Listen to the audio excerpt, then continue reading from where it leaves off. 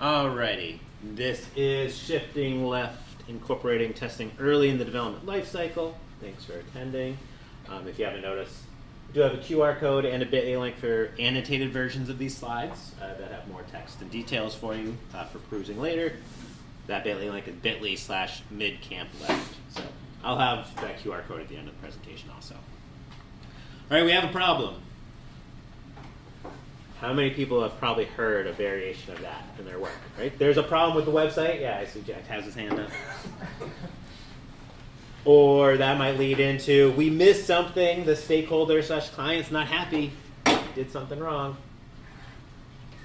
How did this get released? Has anybody been asked that before? No. I have a good group of people here if you haven't heard that before.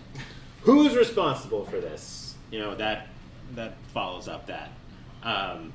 Who's at fault? Who's the one who let this go out here? Now there's a problem, and these problems make development feel like this. Right? Things are kind of on fire because the client's not happy, things didn't work out, and you have to, as the developer, especially if you're more of a client-facing senior developer, you gotta grin it and be like, this is fine, like, it'll work out. Development's not always like this, but it can feel like this. But it can actually always feel like this. Yeah. The only thing I used AI for this talk are for the images, so telling it to make an actual this is fine for this is fine. Well, what does this is fine where everything's calm mean in terms of development, right? It means that you have clearly identified goals in what you're going to build and what you need to produce. You have problems that are identified and rectified early in the process. If you can identify and fix a problem before it goes out to production, it was never a problem. It was just part of the process.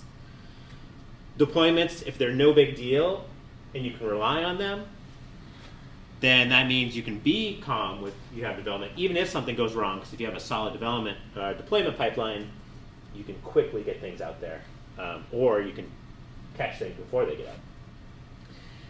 And if you have ownership shared by the whole team, it's harder to point fingers at any one person. And if everybody on the team, not just from development, but product or project managers, designers, QA, if everybody feels the ownership that you're working on something together, and the clients too, then when there are problems, you're going to be more collaborative and think about how can we fix this instead of who's to blame. So that's kind of the promise of shifting left. And I'm overusing this term a bit here, but the promise is that you're ensuring quality at all phases of your development process. Every phase of your project, and whether you work in an agile method or a waterfall method, we all have linear processes for our development process. If we make sure we're testing for quality at each phase, we're going to help the phases further down the line and make our work as high quality as possible. So this is about integrating testing into your planning stages, your design stages, your development, your QA, and your deployment. It sounds kind of strange to say adding testing into QA, but when I get there, it'll make sense. Doing this, integrating the idea of testing into all these phases allows for continuous validation and improvement of your processes, which in turn allows you to focus more on producing quality work and not worrying about how you're going to do the work. Overall, this then builds confidence and collaboration into the full team. If everybody knows that at their specific phase of the project, there's tests, quote or quote unquote tests, that help make sure that that phase is of high quality and that you're producing high quality output, the team's going to feel confident in what they can work on together. So about this talk, just a moment, I'm Mike Miles, if we haven't met before. I'm the Director of Web Development at MIT Sloan, the School of Management at MIT. Our website, mitsloan.mit.edu, is a Drupal website, if you're curious. I've been working with Drupal since 2009, so quite a while. If you want to know any more about me, mike-miles.com is my website, which is not Drupal, it's just a GitHub page. So I don't want to pay for anything. Okay, what we're going to cover today. We're going to cover how the idea of shifting left transforms and adds quality to the full web development lifecycle, to every phase of your project. How if you have this mindset, you're going to make sure that everything that's produced at each stage is of high quality and how you're going to make it so that your team can improve your quality. So what am I talking about for the full development lifecycle? I'm going to talk about thinking through detailed planning, collaborative design processes, structuring your development processes so that it's not just a free-for-all for your developers, guaranteeing the success of your deployments, and distributing QA so it's not a bottleneck. So I'm going to go through each one of these. For each one of these sections, I'm going to talk about some common issues when you're not thinking about how to ensure quality at that stage. I'm going to talk about how shifting left, what it means at that stage and how it helps you in your process, and then something you can do today after this conference to incorporate that into that stage for your project. So why this matters? This matters a lot because the biggest problem is that late testing limits quality. The later in our process we're actually testing things or even testing the processes themselves, the less likely we are to produce any meaningful amount of quality changes because of the amount of effort there. Humans are lazy. So let's say you start with your planning stage, and this could be for a whole project or for a piece of work on an existing project. Just have your planning stage. You might have a design stage depending on the work you're doing. Then you go into the development where you're actually building things. Then maybe you might have QA. Usually that's tacked on to the end of development. And then you have your deployment where things go live, right? So in this typical linear workflow, where does testing happen? If you have it, it happens here, right, in QA. Again, that can be tacked on to the end of development to make sure developers are testing their work. Worst case scenario, it happens after deployment, and then things get tested. Which that's when we have the problems, issues here. But the best case scenario in this sort of workflow is that testing reveals something went wrong in the development, right? Because it's the closest to the endpoint. It's still annoying for things to come back, especially after they've gone out live, to say, like, this was built incorrectly, you need to fix this. Developers, it's your fault. That's where a lot of it happens, and so there's quicker turnaround. But testing can reveal the design wasn't fully thought through, right? Or the planning was just completely off. What you thought you had to build was completely wrong. The further back you go, the more work it is to get it back to fix the changes, right? And this is why your quality gets limited, because if you have to send an idea all the way back to the planning stages, you're still dealing probably with a timeline. You're still dealing with a budget. So you're going to start cutting corners to get things through faster. Thus, your quality is going to go down. So I like to think of testing in general as a cycle of quality, right? That's what you're ensuring, whether you're just QAing a component or an idea. You're really testing and thinking through the quality of what you're trying to achieve. And this is broken into three parts. There's the definition, right? You're defining what are the goals of this piece of work, what are the expectations. From there, you're doing some sort of execution, right? You're thinking through and implementing what you need to define that goal, to reach that goal. Then you're validating it, right? This is the QA part of testing. You're confirming, did the execution meet the definition? Did we achieve our goal? If not, what do we need to redefine? Where do we have to go back in place? Or even if we did validate it, there's always new work, new input. What do we have to redefine? What's our next goal? So this is sort of the cycle you work through until everything is working well and you're reaching quality of work. So constant testing ensures quality, not just at the QA stage, but if you were to separate testing and think through it as a cycle of quality checks, you can do that in the planning stage where you can think through what are the goals of our planning, how are we going to execute our plan, how are we going to validate that we're planning the right things, to make sure you have high-level design or a good understanding of what you need to design. So when you have a design, you can make sure you can pass something of high quality to the development stage, to the QA stage, and then to deployment. So if you distribute testing this way at every stage, you're working on and identifying what the goal of that stage is, or that piece of work at that stage, how you're going to implement it to make sure the stage itself is working well, and validate what you're doing, does it meet your needs for your team or your client before moving it along. So let's actually dive into some of these things so you'll get more concrete understanding of what I talked about. So detailed planning. Ambiguous tickets create chaos. If you Who here uses some sort of ticketing system like Jira or Monday.com or Workday or spreadsheets? Great. Maybe loose emails back and forth. I see some nods there. Right? When things are ambiguous, when you don't have any set defined acceptance criteria, you're going to get inconsistent results depending on who's looking at it and doing the work. So if you had a ticket that's just a blob, a paragraph of text of what you want to do, if you're giving that to design or dev or QA, they're going to be forced to guess what you mean by those requirements. This is going to mean that each team is going to interpret that work differently based on their expertise. Now that's how work happens anyways, right? If I give a ticket to a designer, they're going to interpret it and work on it from a design perspective. Developers are going to work on it from a development perspective. But if they don't know the common goal they're trying to achieve, they might interpret that work and work in two different directions, which then can lead to problems and gaps down the line. So this idea of introducing quality to your planning phase is making sure that all your tickets are detailed and clear.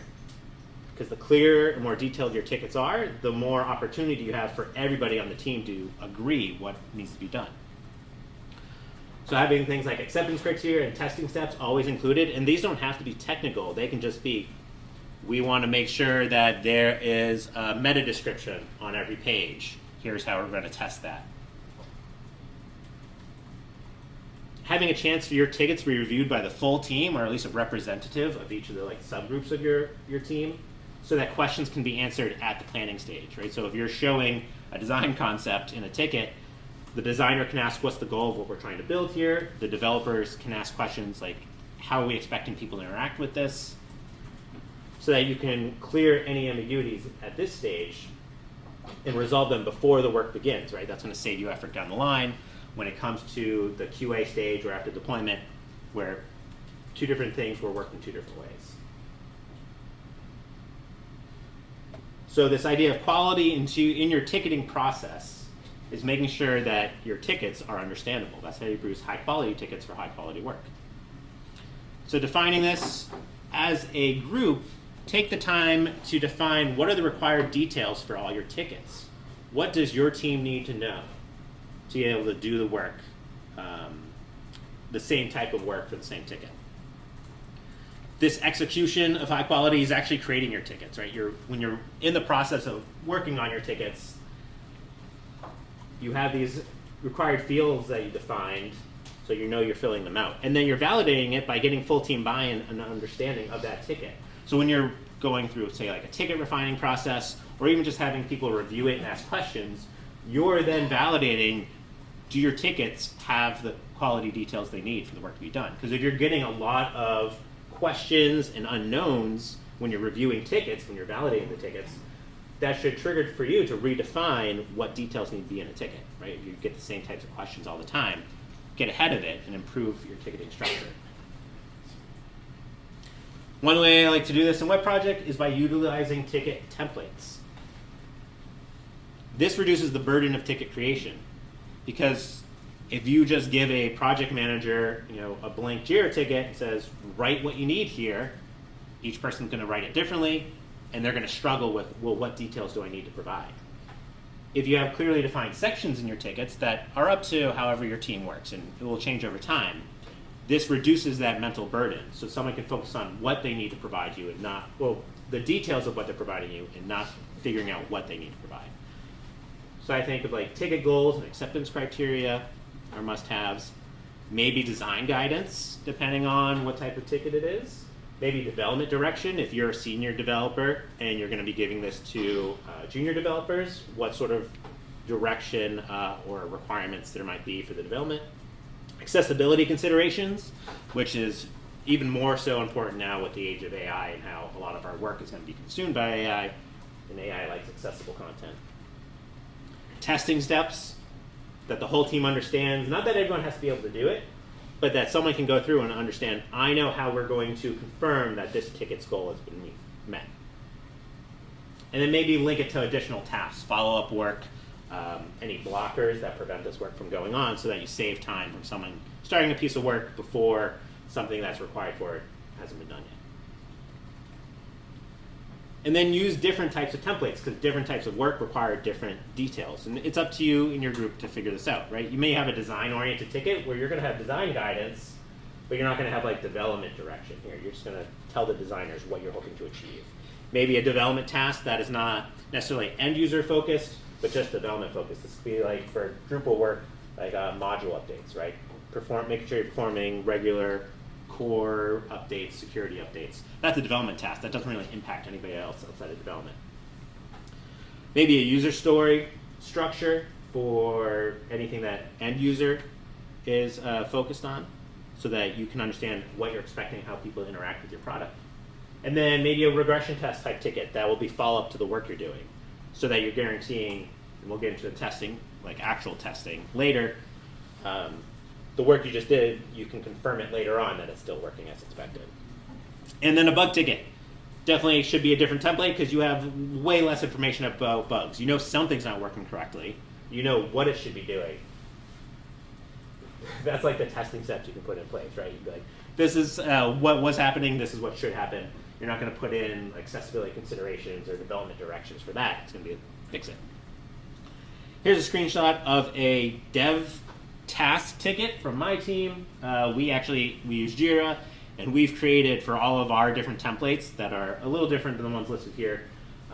We have a template ticket in our backlog that we can just copy that has all the sections pre-outlined and even has helpful descriptive text like what goes in this section. So anyone taking on the ticket to create a new one knows what information they need to provide. And we review these as a team over time, and we adjust them and add to them. Real quick, on a focus on user stories, which I'm a big fan of for a number of reasons. I think user story, even if you're just thinking through it and not writing in your ticket, this really helps with acceptance criteria. It sets clear expectations of workflow. It's adaptable to BHAT or Gherkin tests or Drupal test traits, as Jack talked about yesterday.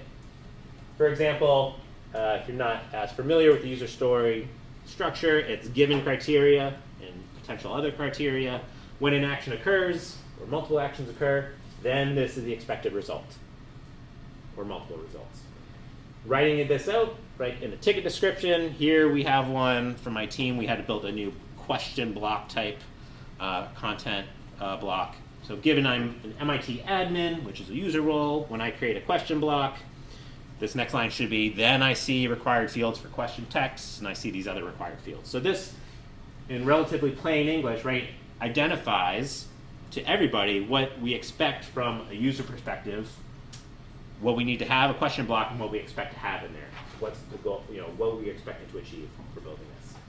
And this can be adapted then into regression tests like with a BHAT test, so that a QA person or a developer can write these tests from the acceptance criteria to confirm not only that when they do the work that it solves, but then later on run this suite to make sure it doesn't break in the future. All right, let's talk about collaborative design processes. Some of the problems when you're not testing for quality or having interactions in your design process is that design handoffs cause rework, right? Designs are tossed over the wall, so to speak, right? Hey developers, here you go. We have this design, build it. That can lead to problems. Again, what we talked about for planning purposes, if there's ambiguities, then people are going to expect different things and work in different ways. So this means avoidable issues are missed until later on, until the development work has been done, where the developer's like, oh, we couldn't achieve that design 100% because of these limitations, right? Uh-oh, stakeholders' expectations don't meet reality because, hey, we already showed the client these designs and they've approved them. It's like, well, you should have, could we put input into that beforehand to set real-world expectations? So validating designs help close those gaps early before they become problems, right? We want to prevent problems before they become problems. Having designs reviewed by your development team or your QA allows them to put in perspective to the designs limitations of the system, or a slight shift may make the work 10 times easier. You can also address usability, accessibility, and implementation issues at this stage, at the design stage. right? We need a rollover state. What's the rollover state supposed to be? So I don't have to guess it when I actually build it. You can also make sure your designs deliver realistic options to stakeholders before getting buy-in from a client. Having just a cursory glance from the dev team or the QA team to say, hey, are these designs realistic for our system, or for our budget, for our timeline? And if not, how can we readdress them? How can we make some changes before we get buy-in? So quality designs are reviewed. In this quality cycle here, you want to define goals of your designs, like what are we trying to achieve when we work on our designs, maybe design patterns that you use, your rules and use cases that you're going to stick to. That could be a use case. It's got to be like personas that you're going to focus on in your designs. Executing by building design prototypes that could be tested and interacted with, which we'll talk about shortly. And then validate it by reviewing designs with the team to ensure they meet all expectations. Right? You're validating, does the whole team understand what this design is attempting to achieve? If not, how do we have to refine our design process to make sure we're getting that input before we spend the time to build out the designs? So interactive component prototypes. This is a way that you can build these quality designs. Long gone are the days of just using static, Photoshop files for designs, though if you still do that, that's power to you, I guess, for doing that. But tools like Figma, or there's free alternatives for component design. I like breaking things into components. I'm not a designer, but I like it because that means I can focus on specific things. I can interact with them here. You can design for usability and accessibility and validate them. Figma, for example, it's in browser. So it sticks to real-world variations and browser limitations. Because I can take a component in Figma and I can see what it looks like on the desktop, in tablet, in mobile, in a responsive layout. I don't have to guess these things or have outdated mobile size restrictions for like older devices, and that's because that's what we're designing for, and it doesn't meet the real world. I can put it in here and I can test it as I'm building the design. So we can align with real-world browser limitations to see how will this element interact in the browser. How will it work in Chrome or in Firefox or other browsers? And then can be a helpful head start is like CSS can be exported from Figma, for example. You can see in the screenshot here, it might be a little hard to see, but we have a component that's highlighted and it's showing with some lined borders, like the pixel width, the borders, the margins that we expect to have. We can export that and have a starting place for our CSS that we can refine in the development process. You can also, at the design stage, validate the UI before doing the back-end work. In Drupal, using something like Storybook for a living UI component library helps solve this need, because you can do things like mirror template controls, or the fields you might build in Drupal before you have to actually build the Drupal entities, like the blocks or the nodes. You can take a component, you can think about what are the different pieces we have to give to our editors to be able to build this in this way. You can model that in Storybook with controls so that you can change it there. And the benefit then of seeing how the design changes when you have really long text or really short text or a missing image. You can confirm the alignment with the designs. You can confirm that your front end, your templates match the designs before we have to wiring it all up to Drupal.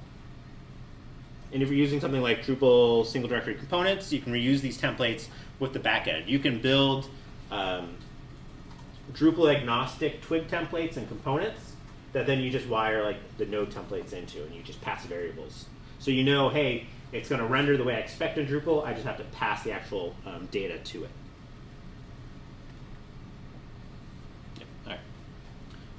All right, let's talk about structuring development. Unstructured development is risky. Whether you're a team of 1 or a team of 10, if you don't have any structured development process, if you have inconsistent coding styles, that's going to create chaos. Right? If I write my code for our custom module or a theme in one way, and I hand it over to Phil and he does it a different way, he's not going to understand my code. I'm not going to understand his code. That slows things down and reduces quality. Also, if you're using an AI coding agent, it's not going to understand how you want the code written, and that's going to be a lot of waste of time. That's supposed to be a helpful tool. This also can mean that missed functionality or regression issues are not surfaced. If you have an unstructured development process and you give it to a developer to build this thing, they may just solely focus on that one little aspect of it and not the broader range of how what they're building is going to be used in the system. They may not test it to see if they accidentally, when they change the configuration, they're breaking another thing that they didn't realize are related to each other. The works for me mentality causes problems. If you ever gotten any feedback from QA that, hey, this doesn't work, look, it works for me on my machine. That still happens. And that just causes blockers and a slowdown of time for getting things done. So you want to validate your development success. Before you hand anything off in the development process, you want to have a strong feeling that it's going to be successful, it's going to meet the needs. So running like local linting and static analysis to maintain quality, I assume, maybe wrongly, but probably not with the people I know in this room, that you're doing these sort of tests already with your work. Introducing a regression test, which we'll talk about in the next section, to prevent breaking changes. If a developer can say, like, I know the work I just did didn't break any of the other work, that's a strong validator that it's going to be successful. Put in automated checks to block broken code. This is like running not only into the linters, but automatically running your regression test suite for you, because developers are people, and people are lazy. Yes, developers are lazy. We're efficient, right? So I don't want to have to take the time to run my automated checks all myself, even though I'm supposed to run our whole Drupal test case suite. I want it to do it for me to validate it. So quality code is checked and rechecked. So if you want a cycle of quality for checking your code processes, establish your coding standards and testing expectations. Make sure everybody on the team understands before you move something along what's expected to have been tested of that piece of work. Build in development checks to execute these testing expectations and guidelines and standards. Can you put a system in place that automatically checks these things to guarantee that the code that has been produced meets the quality we expect for our project? And then validate it by implementing these automated checks to verify quality development. And the validation also comes to when things do get out, move to the next stage of actual QA or deployment, the reduction of things going wrong. Like if you're still seeing the same issues, like the code's not meeting the coding standards, what do we have to redefine that developers need to follow when they're actually doing their piece of work? So I like adding test gates to pull requests. In my team, we use pull requests. You can use merge requests if you're on GitLab. And we add to these required automated checks. So we use Circle CI for our CI pipeline, but you can do the same thing with GitHub Actions or Bitbucket pipelines or other things. We put in checks that automatically run every time a PR is opened. So we have static analysis run on the code that's been changed. We run our linters. We run our unit tests. We run our end-to-end tests, which could be Drupal test chains or BHAT or Playwrights. We run visual regression tests we use Cypress, but you can use Playwright for that also. All these things happen automatically. The developer doesn't have to remember to do this. I encourage my development team to run some of these things locally, especially if you're working on a big piece of work. But regardless of the amount of work in a pull request, all this gets run to verify that we didn't break anything. We also require deployment checks in our PR processing, because it's not just enough to make sure, yes, we didn't break anything, but we want to make sure will this work be able to go out successfully. So we check, if need be, that any database updates can be run in our Drupal environment. Can our config be successfully imported? We do theme. I'll skip it. Our PR gets blocked until all these things pass automatically. And by automatically, it means it puts a big red X on the PR. It doesn't technically prevent anyone from actually merging it, though the team knows not to do that. But if you see a big red X next to your pull request, you're less likely to hit merge.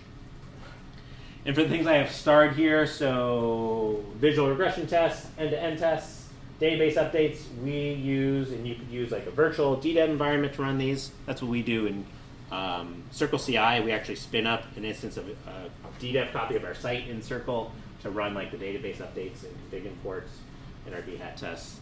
Or you could test it on like lower level environments. If you have Pantheon, for example, you could have the PR. We also do this as well.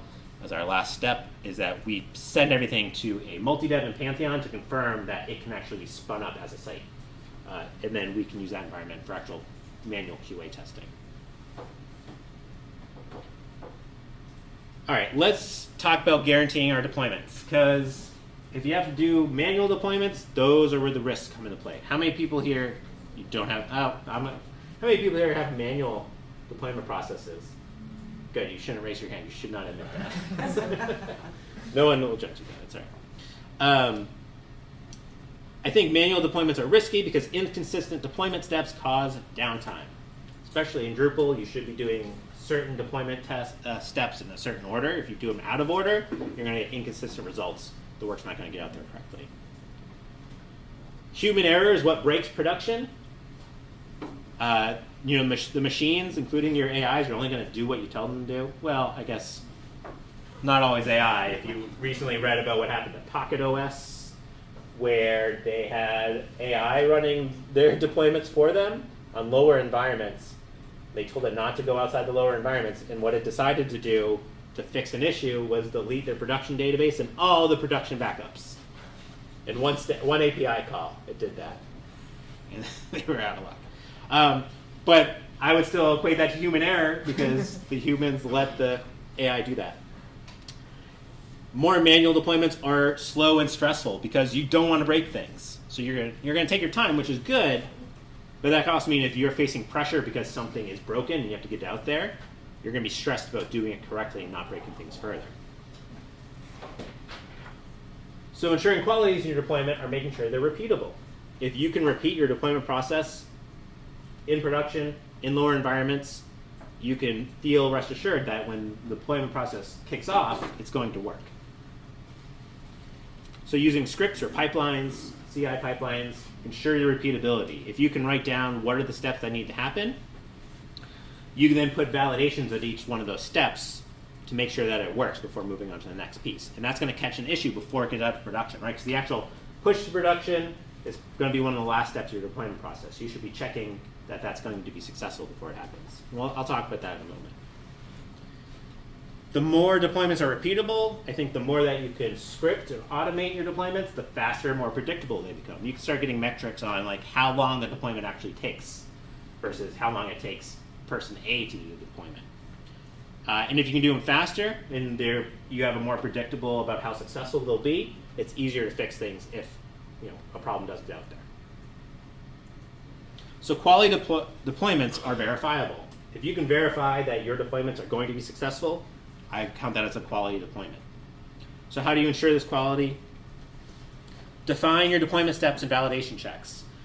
Write out what you have as your deployment process today, and at each one of those steps, think about one that helps you think about what our steps are. Then you can start thinking about how can we validate this step? How can we ensure that this step is going to be successful? And then build that out. Build out into some sort of automation pipeline. This could be a script you run locally. This could be a CI pipeline. This could be a very carefully tailored AI prompt to have AI do it for you. But I wouldn't have AI do your deployments for you. And then you validate this. How easy it is for you to perform your deployments. How fast are you able to do your deployments? What's your frequency? Is it improving? Is it becoming easier for your team to do the deployment process?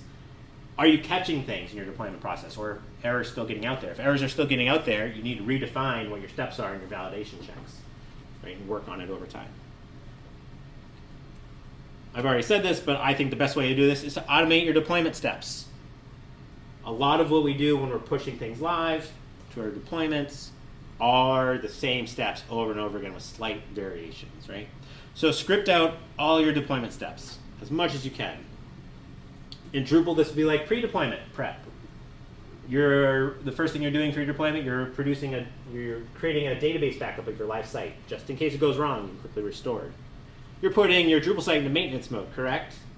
Everyone here, when you are deploying, you're putting your site in maintenance mode? No, no developer is doing that. You're supposed to, but we don't. But if you build it, if you script it, Ben's shaking his head. I really just want a maintenance mode that doesn't take the whole site, make it invisible. It just doesn't let people make, like, we really should have developer mode where you just set it and like people cannot do anything in the site. But the site's still up and running. Yeah. Exactly. Yeah, maintenance mode. We've been experimenting with read-only databases for that time, and like if you move enough stuff out of the database, Drupal will actually keep running with the read-only database. Yeah. But anyway. So no, that's why no one does the maintenance mode. I mean, you're technically supposed to prevent any like errors in the database, like with writing and locking. I agree. That's one of the reasons you don't do it, because your site might go offline. There's like blue-green deployment processes where you can switch things over. That works as well. Maybe you need to do CSS compiling on your theme. Our theme, we still use Sass, so we have to do compiling. We want to make sure that that can happen successfully before trying to push out a broken theme. Script the proper task order, right? In Drupal sites, this would be performing database updates, doing your config imports. I don't think I have a bullet point for this, but any deploy hooks you have, running cron, clearing the cache. You may not have to clear the cache depending on the change, but I always expect to do these things during deployment. And then test your deployment success. Can you write out a script that can test that the deployment is going to be successful? Can you run it on a lower environment? Like, do you have a dev or staging environment that you can first test the deployment on to make sure that it's working correctly? Ideally, you want to reduce the number of manual steps to a minimum. So this screenshot I've had up here, it's just a small snapshot of all the deployment steps we have in our process for pushing things to the live site. And part of our deployment step is, if you can read it, we have a deploy to Pantheon step. And what that does is it copies our live site to our dev environment in Pantheon, and it tries to do the deployment there. It runs the database updates, it pushes the code, runs the database output, does the config import. Because if that's going to break, it's going to break there, because that becomes a copy of the live site. And it'll stop the deployment and tell us. It actually sends us a Slack message to say, hey, the deployment failed. But since the dev site's a version of backup of the live sites, because we do that as a pre-deployment step, we know that if it passes there, it's very likely that it's going to work for the actual push into the live site. And then we move ahead and do that. And one mentioned about reducing the number of manual steps to a minimum, right, to reduce the stress on developers. My team, I have a 5-person team, lucky enough to have 4 developers, including myself, and a full-time QA person. We rotate every week on who's the deployment manager. We all take turns. All you have to do to trigger a deployment is create a semantic version tag on our Git repository and push it up to GitHub. So like I just did it this morning at the beginning of midcamp, because I'm the release person this week, even though I'm here. I tagged our main branch as version, I think it's like 4.1.4.3. I pushed that up to GitHub, and our CI process takes care of the rest. It runs all these steps, it tests everything. If everything works, it pushes it to production, and it sends me a little message in Slack say, deployment was successful, or deployment failed. But for me as a developer, I just have to run that one command. It's very simple for me. All right, let's talk about distributing QA. Because often QA is only a bottleneck, right? If you're lucky, you have a full-time QA person. Most teams, a lot of teams I've worked on in the past, we don't have a dedicated QA resource. You're testing other people's work. I see some nods about that. One of the problems of where QA typically sits, like after development, is that QA gets the code or the work only after dev is done. This is like passing things over the wall from design to development. This can also mean that you probably have a lot more developers than you have QA resources, so the feedback loop becomes slow and defects pile up, or the work piles up for a QA person, right? They start seeing all these tickets coming to them that they're the bottleneck for getting it out. They want to take their time, but also the feedback loop can't be so slow because things have to go out. This also means then QA gets blamed when an issue slips through the cracks. And if they can, they pass it along to dev to then take the blame. Right? Because you have so much work as testing things from a QA perspective, especially if you have developers doing the QA, they're going to verify the functionality steps work and not necessarily that the ticket reaches the goal it needs. And when something has to go back, there may be contention there. Be like, hey, this doesn't actually work. Here's why. And people may feel, what's the word I want, defensive about that. And be like, all right, here, I fixed it. And like, you don't want to be the bad guy again. Be like, that still doesn't work, right? So after a while, QA is going to let their standards go down for the ticket. Be like, it's good enough. Let's move forward. And that's when issues get out there. But if QA is proactive and not reactive, it becomes an aid and to make sure all your work is high quality, right? You're still testing at a QA stage, but you can split it up so it's not just happening after development, right? During the planning stage, if you have someone put on a QA hat, they're not a full-time QA person, they can outline edge cases during the planning for that piece of work. They can define the testing steps and acceptance criteria. I think this is important, especially if QA is someone who's not a developer, because developers are going to write steps that validate their technical implementation. I am guilty of this. I write a lot of the QA testing steps for our team, even though I have a full-time QA person. And I can fall in the trap if I have to write, like I'm getting stuff ready for estimation or refinement, that the testing steps, like I wrote the technical direction. I'm like, these steps verify my direction. It doesn't verify necessarily the needs of the ticket, which can be problematic. So if you have QA focusing on what the ticket's wanting to do and writing testing steps there that are not technical, that's going to help everybody understand if you're meeting the accepted criteria, not how you're meeting the accepted criteria. QA evaluates and expands regression needs. I like putting this on my QA person that they have a whole work stream where they're just thinking through what are additional regression tests we need. Where are things often breaking that we're not regularly checking? She does a great job. We use Cypress. She writes a lot of Cypress tests. I think she's written one for every content type, every block type, every paragraph, almost every component that either has a visual regression or like a B-hat test to verify that it works, and constantly adding on to that. So quality assurance, or quality assurance, is planned. It's not reactive. So what you want to define, like what QA needs are needed at each phase of your project. Where do you need to put on that QA hat for a moment to think about what is actually trying to achieve, how are we going to test that? You're executing this by adding QA details to tickets or to the work processes, like where are we actually doing this QA and is it being effective? We're validating that. Is our QA coverage increasing? Are our errors and problems being reduced in our output? If they're not, how do we redefine where we need to QA things at an earlier stage? Because issues are still going through the cracks. So you can plan QA-specific work. This goes back into the planning stage, right? If you have QA-specific tickets, here I have a ticket from my QA person who wrote a visual regression testing using Cypress. This was actually when we were starting to add Cypress to our system. But you want to plan tickets focus on expanding your project quality. Where can we build into the work things that are verifying that the work is still successful? And if you work on client-based projects, this is a good thing to have in your workflow. Just say, like, hey, part of the work we're going to do is not just building out these features, but we're going to build tests to verify those features so that when we do future work, we can confirm that we didn't break anything. No regressions.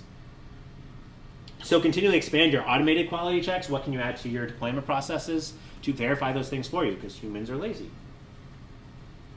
So can you add more unit tests? Can you add more behavior testing? Can you add more end-to-end tests?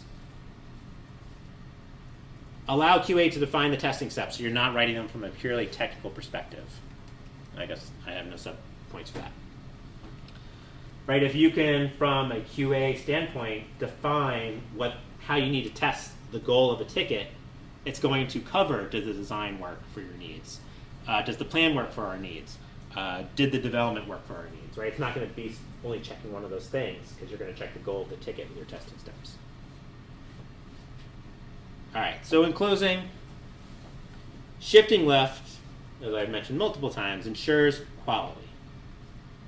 The idea of splitting up your testing processes, not to be a specific stage between development and deployment, but how can you test each stage itself and introduce quality at that stage is going to help you produce higher quality work. You distribute your testing, it makes it easier to do, and it makes you able to catch things before they become problems. It allows your full team to align at every phase of the project. You know from the planning stage to the deployment stage what's going to happen, how that's defined as successful or not. This in turn allows each phase to focus on quality output, right? You can ensure that your development processes have enough structure in place to ensure, regardless of the piece of functionality being built, it's going to be at the highest quality your team can meet. This in turn makes sure ownership is shared across the whole team, right? It stops the finger pointing because everybody can have input. Everybody understands what quality means at your stage. Everybody feels ownership for the work that gets done. So apply this quality cycle of define, execute, and validate at every stage, everywhere in your project. Planning, have clear test-ready tickets. Design, validate prototypes, or have prototypes that can be validated. In your development, put in checks that stop defects early, like your linters and your automated tests. In your deployment, automate it and make it as reliable as possible. And then engage a QA mindset across your whole project at all these other stages, not just its own one. With that, I want to thank you. So this QR code and this bit.ly link go to the same place. There are annotated versions of these slides with some more detail. And I have this QR code on the next couple slides as well. So if you miss it, you keep your phone up, that's fine. It's up in the corner. Please provide feedback on this talk. I'd appreciate it at mid.camp/28.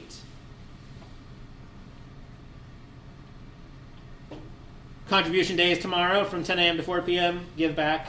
There's new contributor training at 9 a.m. if you're new. And I brought coffee for the coffee exchange, so if you want some coffee from the Boston area, you should come do the coffee exchange today at 12:45. That's my last slide, so I will go back to here.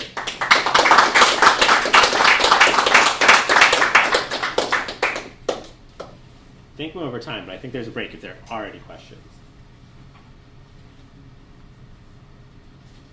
Nailed it. Thank you, everybody.